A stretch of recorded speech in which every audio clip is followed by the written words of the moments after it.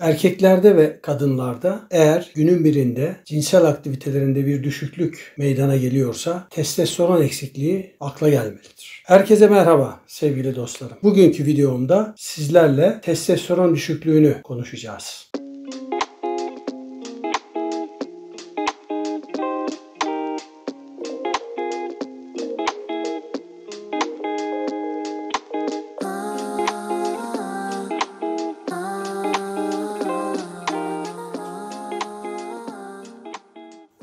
Gelin hep birlikte bir dakikalığına lisedeki derslerimize dönelim. Hepimiz biliyoruz erkeklerde testisler ve kadınlarda yumurtalıklar testosteron üretmektedir. Testosteron bir androjendir ve seks hormonlarından biridir. Tabii ki testosteron erkeklerde seks hormonlarının başında gelmektedir ve dolayısıyla kadınlara göre oldukça yüksek miktarda salgılanmaktadır. Sağlıklı bir erkekte ve genç bir erkekte testosteron seviyesi normalde 300 ila 800 nanogram bölü desilitredir. Eğer 300 nanogram bölü desilitrenin altında salgılanırsa biz bunlara testosteron düşüklüğü ya da hipogonadizm adı vermekteyiz. Testosteron erkeklerde kemik sağlığını, kemik kitlesini ve kas kütlesini sağlamaktadır. Yani kas kütlesinin artırılmasına yardımcı olmaktadır. Tek başına değil ama testosteron bu işi ivmelendiren hormonlardan biridir. Kadınlarda testosteron yumurtalıklar tarafından üretilir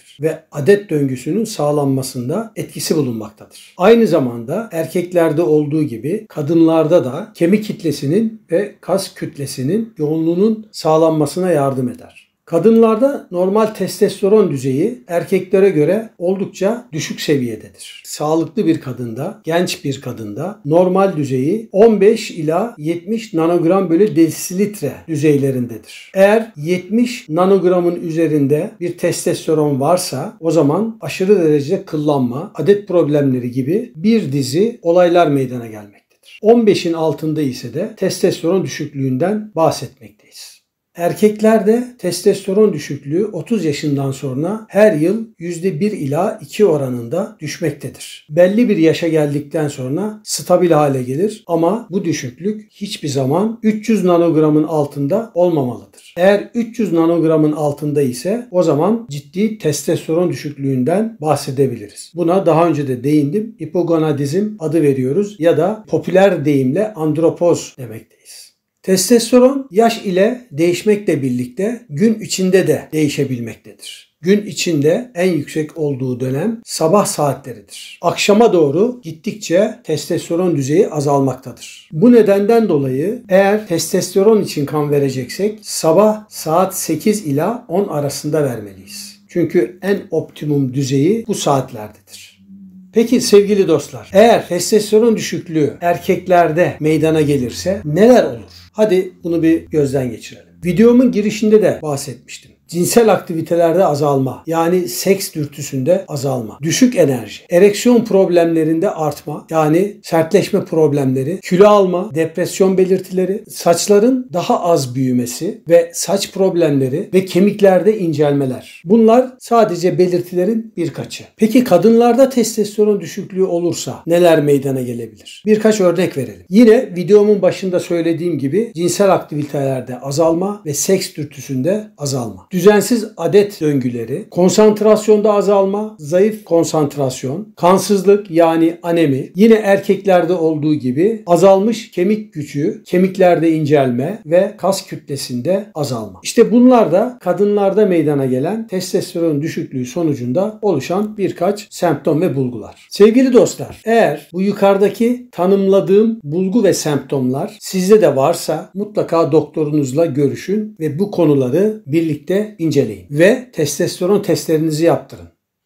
Total testosteron vücudumuzda testosteronun toplam varlığını göstermektedir. Ama gelin görün ki bu testosteron düzeyi bizim kullandığımız testosteronla eşdeğer değildir. O zaman neye ihtiyacımız var bizim? Vücudumuzda kullanılabilecek testosteron oranına ihtiyaç var. Bu gösterge biraz önce bahsettiğim semptom ve bulguları gösteren en önemli kriterdir. Yani bizim vücudumuz tarafından kullanılan testosteron oranına ihtiyacımız var. Bunun bilinmesine ihtiyacımız var. Peki bunun bilinebilmesi için neler gerekiyor? 1. Serbest testosteron. 2. Seks hormonu bağlayıcı globulin. 3. Vücudumuzdaki albümin miktarı. Ve sonuç olarak da vücudumuzda kullanılabilecek serbest testosteron oranına ihtiyacımız var. Eğer elimizde kan sonuçlarımızda albümin, seks hormonu bağlayıcı globulin ve total testosteronumuz varsa biz bunları kullanarak serbest testosteronu ve kullanılabilir serbest testosteronu rahatlıkla hesaplayabilmekteyiz. Bu amaçla kurulmuş web siteleri var. İnternete girdiğinizde bunlar internet sitelerinde yer almakta. Biraz önce söylediğim veriler elimizdeyse bunları şablon olarak yerleştiriyorsunuz ve size sonuçları veriyor. Böylelikle kişisel olarak bile kendinizin testosteron düşüklüğü olup olmadığını hesaplayabilirsiniz. Yani total testosteronun düşük olması serbest testosteronun düşük olması anlamına gelmemektedir. Bu nedenle sadece total testosterona bakmak yeterli değildir.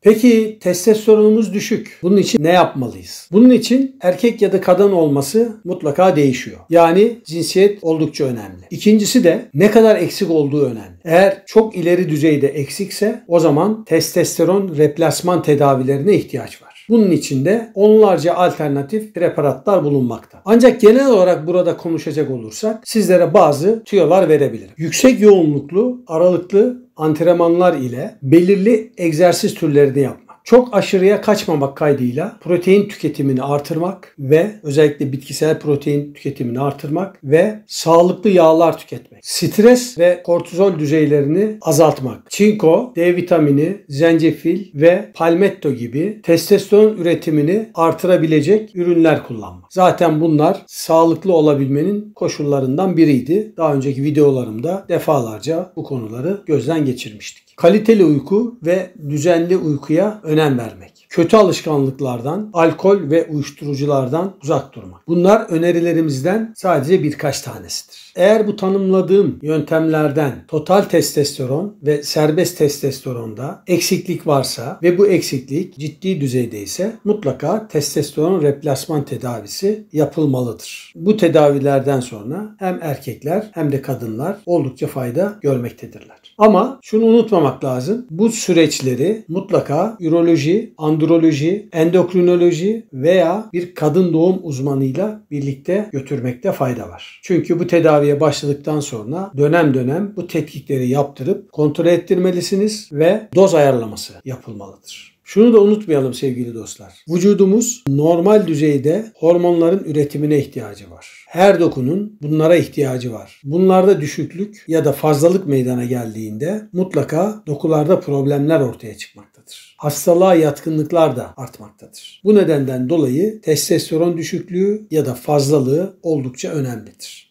Sevgili dostlar, kısaca sizlere testosteronla ilgili, testosteron düşüklüğü ile ilgili bilgiler verdim. Lütfen kanalıma abone olmayı unutmayın, beğen tuşuna basmayı unutmayın ve eğer sorularınız varsa mesaj kutuma bırakmayı unutmayın. Diğer videolarımda görüşmek üzere. Sevgiyle kalın, hoşça kalın, sağlıklı kalın.